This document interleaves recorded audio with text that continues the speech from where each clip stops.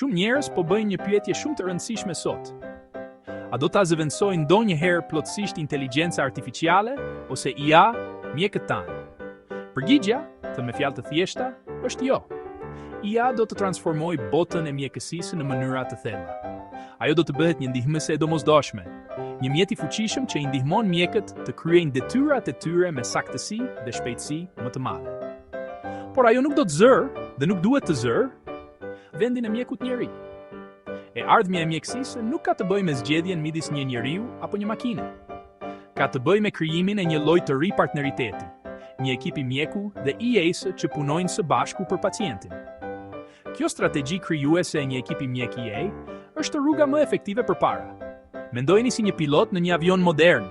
Avioni është i mbushur me kompjuter të sofistikuar dhe sisteme të automatizuara që trajtojnë sasi të mëdha të dhënash dhe madje mund të fluturojnë avionin. Megjithatë, ne ende kemi nevojë për pilotin me përvojë në kabinë. Piloti sjell gjykim, përvojë dhe aftësinë për të trajtuar ngjarje të papritura.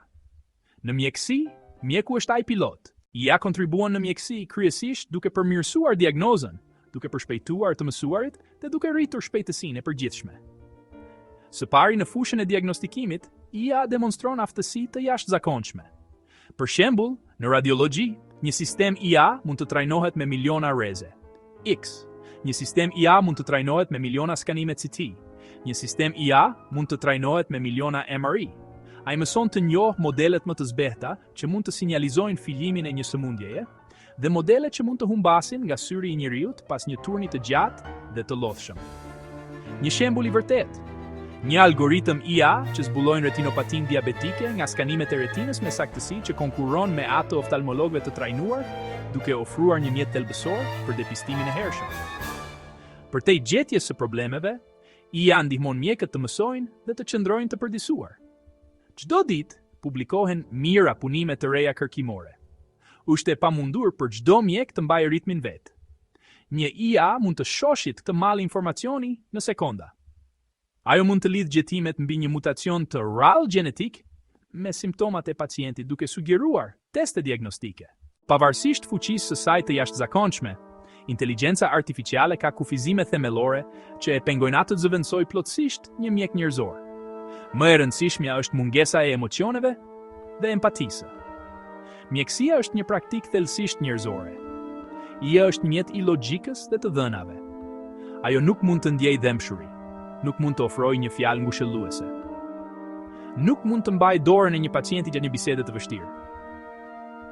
Pacientët duan më shumë se sa një diagnozë të saktë. Të ndihen të dëgjuar, të ndihen të kuptuar, të ndihen të kujdesur. Kjo lidhje besimi është diçka që makinat nuk mund ta ndërtojnë vetë. Duhet të jemi vigjilent ndaj gabimeve dhe paragjykimeve. IA është aq e mirë sa të dhënat me të cilat trajnohet.